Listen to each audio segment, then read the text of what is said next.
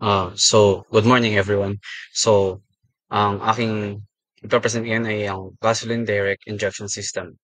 So, the learning objectives are explains the working principle, components, and advantages of the gasoline direct injection system. Demonstrate inspection for the importance of GDI technology in improving engine efficiency and reducing environment impact.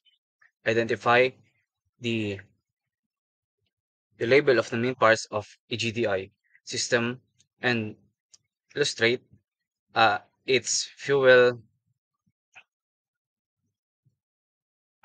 its its fuel low process through a diagram or particular activity practical activity. So next, so we have to identify what is GDI. So GDI stands for gasoline direct injection. It is a type of fuel injection system that injects fuel directly into the combustion chamber. Compared to traditional port fuel injection, it offers higher efficiency and better performance. So, nandaw po yung GDI. So, isa po itong type ng fuel injection system na directly nag-inject sa combustion chamber natin. If i-compare po natin ito sa ating traditional port fuel injection, ang GDI po is may higher and better performance. Next. So, we have to know what is the history of GDI. In 1916, uh, the first GDI prototype was developed in Germany for aircraft engines to prevent misfires. And in 1920 to 1940s, the technology was used in some German aircraft engines during World War II and experimented with in early car engines by Bosch and Mercedes-Benz. So in 1952, um, Goliath and Gottbrod introduced the first production cars with GDI systems, the Goliath GP700E and Gottbrod Superior 600. Mercedes-Benz followed with the first four-stroke direct injection gasoline engine in production. So, in modern adoption naman in 1996 to present, um, siya makita. It was released the first mass-produced GDI engine, which was used in the 1.8 liters Gallant and Legnum. So, the history of GDI in late 1990s, the technology began to be more widely adopted by other automakers, with Nissan introducing a GDI engine in the Leopard in 1997 and Toyota developing its D4 system in 1998. And in 2001, Toyota introduced its D4 system to European markets in the Avansis model. The Lexus, the Lexus GS300 was introduced to the US market with Toyota's more advanced hybrid system, which combined both direct and indirect injection. And in present, GDI technology is now common in modern gasoline engines due to its benefits in fuel economy and power output, though challenges like soot formation and emissions control continue to be addressed. So, papakilala ko naman sa inyo yung mga components ng ah, direct injection system. So, first is the high pressure fuel pump. Next is the fuel injectors, fuel rail, pressure regulator, and lastly is the electronic control unit or ECU. So, high pressure fuel pump. In simple terms, a high pressure fuel pump is a device that delivers fuel to the engine at a significant higher pressure than regular fuel pumps. Its purpose is to ensure that the engine receives the right amount of fuel with the necessary pressure for combustion. So, ang high pressure fuel pump daw po ay ito po isang device na nagde-deliver ng fuel sa ating engine na may mataas na pressure kumpara sa mga regular fuel pumps.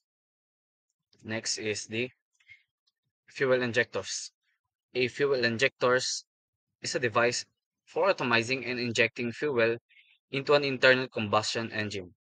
The injector atomizes the fuel and forces it directly into the combustion chamber at a precise point in the combustion cycle. Newer injection injectors can also meter the amount of fuel as dictated and controlled by the Electronic Control Module or ECM.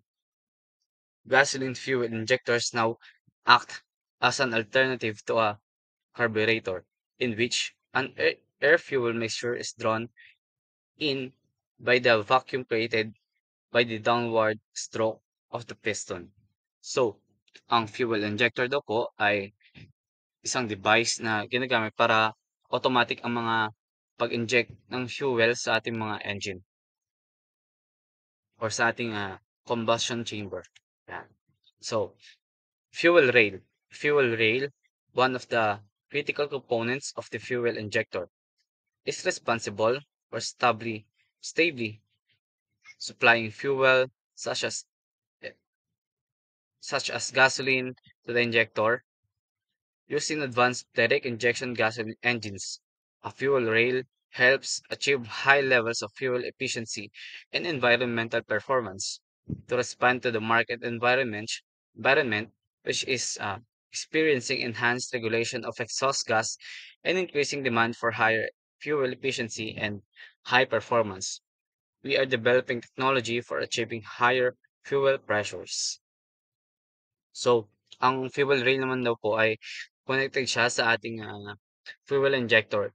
Ito po yung nagsusupply ng pressurized na fuel sa ating fuel injector. Measure din ng fuel rail na nakaka-receive ng tamang amount and consistent na gasoline ang ating fuel injectors. Next is the pressure regulator. Fuel pressure regulation in GDI systems presents unique challenges compared to conventional fuel injection technologies. The system must maintain consistent high pressure across varying engine loads, speeds, and environmental conditions while responding rapidly to the transient demands. Pressure fluctuations as small as 5 to 10 bar can significantly impact fuel atomization quality, air fuel mixture homogeneity, and consequently combustion stability and emissions formation.